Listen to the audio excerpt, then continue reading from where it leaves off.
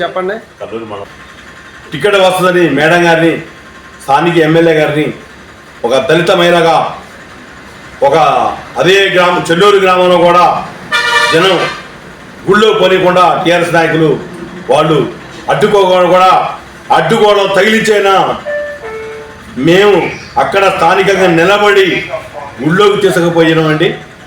అక్కడ వాళ్ళు టీఆర్ఎస్ నాయకులు స్థానిక ఎమ్మెల్యే గారు కూడా అక్కడ వాళ్ళు పక్కన చూసుకుంటూ ఆ మహిళని అడ్డుకున్నా కూడా జనం అనేది ఒక రథం ఏర్పడి ఆ జన తాకిడికి వాళ్ళు తట్టుకోలేక మేడం గారు అక్కడ గుళ్ళోకి తీసుకుపోయినామండి.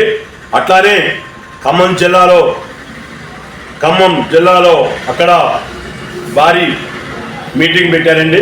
మీటింగ్ పెట్టిన ప్రదేశంలో కూడా అక్కడ మంత్రులు ఉన్నారు, మాజీ మంత్రులు ఉన్నారు, అందరూ ఉన్నారు. వాళ్ళందరూ ఖండించి కూడా వాళ్ళ ఇక్కడ స్థానికంగా ఎమ్మెల్యే గారికి టికెట్ ఇస్తే తప్ప, స్థానిక మన రాఘవయ్య గారికి టికెట్ ఇస్తే గెలుపు తప్ప మిగతా ఎవరికి ఇచ్చినా కూడా ఇక్కడ గెలుపు లేదు అని మేము వాగ్దానం చేసినామండి.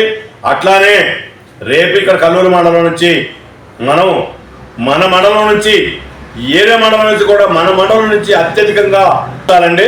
మన సత్తా ఏంటో మనకి ఇక్కడ కల్లూరు మండలం నుంచి కూడా ఇతర మండలం నుంచి కంటే మన కల్లూరు మండలం నుంచి ఎక్కువగా ప్రతి ఒక్క గ్రామం నుంచి కూడా ఒక నాయకుడు మనం ఇక్కడ కష్టపడి పనిచేసిన అందరూ వర్గ విభేదాలు లేకుండా ప్రతి ఒక్కళ్ళు అందరూ కలిసికట్టుగా పనిచేసి అందరిని తీసుకొని మహిళలని, కార్యకర్తల్ని, నాయకుల్ని అందరినీ ప్రతి ఒక్క గ్రామం నుంచి కూడా తరలించే మార్గం ప్రతి ఒక్క కష్టపడిన నాయకుడు అందరికీ పదం ఉందండి. అందరికీ వాళ్ళు పనిచేసి ఉన్నారు కాబట్టి అందరిని డాక్టర్ గారంటే మర్చిపోరండి.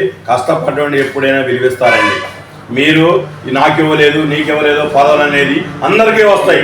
కష్టపడ్డోడికి డాక్టర్ గారు అనేది, ఎమ్మెల్యే గారు, రాఘమయ్య గారు అనేది మర్చిపోరు. దయవుంచి ఎవరైనా కానీ మండలం నుంచి కూడా గ్రామాల నుంచి కూడా నాయకులు కష్టపడి మీ వంతు మీకు మీ గ్రామంలో జనమేదో మన కల్లూరు ఏంటో మన మండలం ఏంటో ఎమ్మెల్యే గారు రాఘమయ్య గారికి ఆయన మనం కష్టపడ్డాం. ఇవాళ కూడా అంతకంటే ఎక్కువ కష్టపడి జనాలు కష్టపడితేనే రాబోయే రోజుల్లో కూడా మంచిగా ఉంటాయండి. రైతుల కష్టాలు నీళ్లు తిరుగుతుంటే రైతుల కష్టాలు ఇవాళ సుఖ సంతోషాలు అయిపోయినాయండి.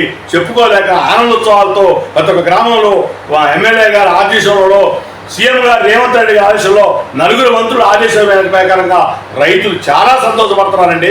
ఈ కొత్తగా వచ్చిన బోనస్ అనేది రైతుల్లో మరో ఉత్సాహం ఏర్పడిందండి. దాన్ని ఎవరూ ఆపలేరు. ప్రపంచంలో రేపు ఎవరూ ఆపలేరు. స్థానిక ఎన్నికలలో ప్రతి ఒక్క గ్రామంలో, ప్రతి ఒక్క పంచాయతీలో కాంగ్రెస్ పార్టీ గెలవాలి. జనం అనేది వాళ్ళతో టీఆర్ఎస్ అనేది ఉండకూడదు. కూడా గ్రామాల్లో కూడా రేపు రుణమాఫీ కూడా ఆల్రెడీ 2 లక్షల రూపాయలు కూడా మొత్తం చేసేసారండి.